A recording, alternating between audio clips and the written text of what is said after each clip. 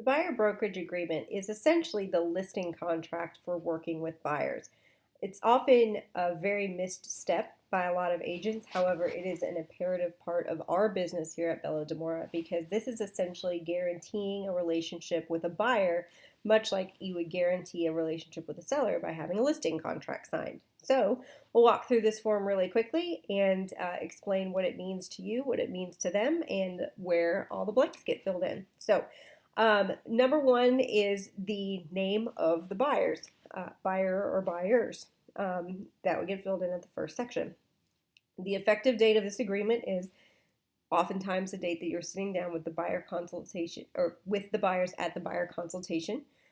If a buyer consultation is skipped for whatever reason, this would be the date you are making the offer on the property. So fill in that effective date, and then again that same date through an expiration date, much like a listing contract. So you can keep them for a remainder of a year, 6 months, an entire calendar year. It is 100% your choice how long you want to make a buyer brokerage agreement last for.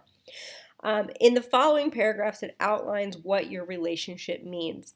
So it says that the agent, you are going to negotiate, you're going to fill out forms, you're going to show property, you're going to essentially work in the best interest of this client. In return, in paragraph 3, it says that they agree to work with you and to not view property with other agents, to work with other agents, to not make offers with other agents, that they are choosing to work with you and enter into a relationship with you as their real estate agent. And it also says that they have not signed any of these agreements with another agent.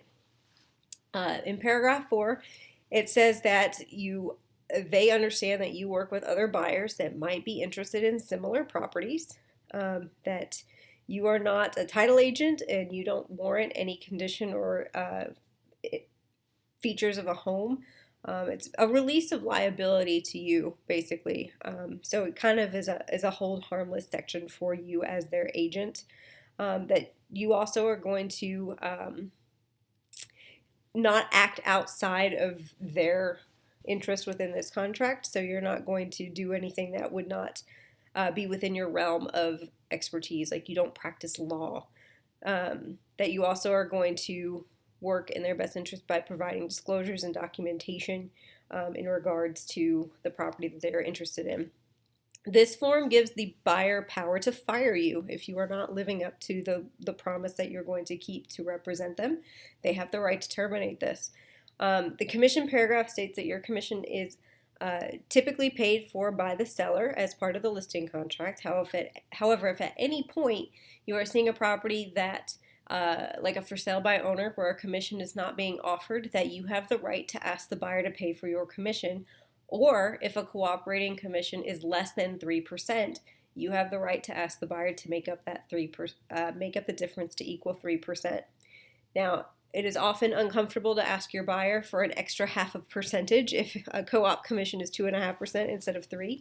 I personally am not one to do that because I believe that if I put my financial interest above the interest of the buyer, then I'm not working for them. I'm working for myself, and the value of doing a good job will warrant referrals, which is way more than a half a percentage on one deal.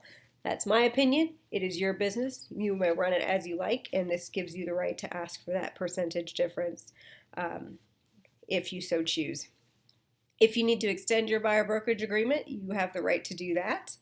That you will work together to give each other information to move the deal forward, including disclosures, pre-approval letters, things of that information, that you are not going to willingly give false information to the client. There's no binding promises or inducements included in this agreement, and that this is part of a Kentucky statute. So you would sign right here, and they would sign either here or here, depending on if you have one or two buyers. And congratulations, you have just listed a buyer.